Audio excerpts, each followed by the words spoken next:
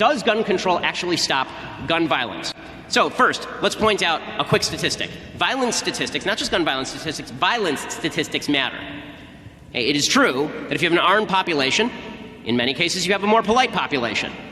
According to PolitiFact, which is a far-left source, for England and Wales, the rate of violent crimes is 775 per 100,000 people. For the United States, that rate is 383 violent crimes per 100,000 people. The UK has double the violent crime rate of the United States, according to PolitiFact, and they have virtually no guns in their society. How about gun control in other nations? What you would expect is, again, this one-to-one correlation, because people keep suggesting over and over and over, more guns means more crime. Okay, let's look at the European countries. Let's take the United States completely out of it.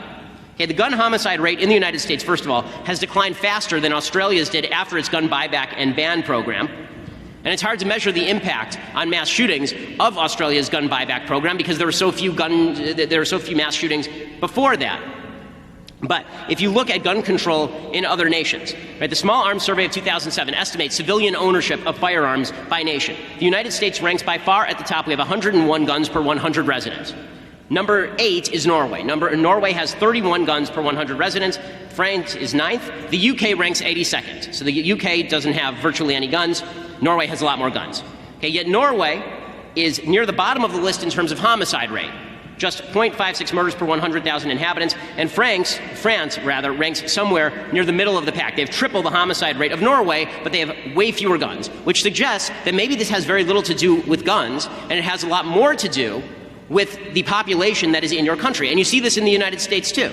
Right? There are states, there's no correlation whatsoever between a state having a high firearm ownership rate and a high crime rate. So the 10 lowest homicide jurisdictions in the United States are New Hampshire, Vermont, Iowa, Massachusetts, Utah, Minnesota, Maine, Hawaii, Idaho, and Wyoming. 6 of those 10 states earn a D or an F from the Brady campaign on gun control. Meaning if you go to Vermont or New Hampshire, everybody has a gun and there's no gun violence. And the reason for that is because the people in Vermont and New Hampshire are not shooting each other. This is really not all that difficult. And when you look at the other end of the spectrum, when you look at the states that do have high rates of gun violence, there are a bunch of states, actually, that have a lot of gun control. And, of course, everybody in the Second Amendment community is familiar with localities like Washington, D.C. and Chicago.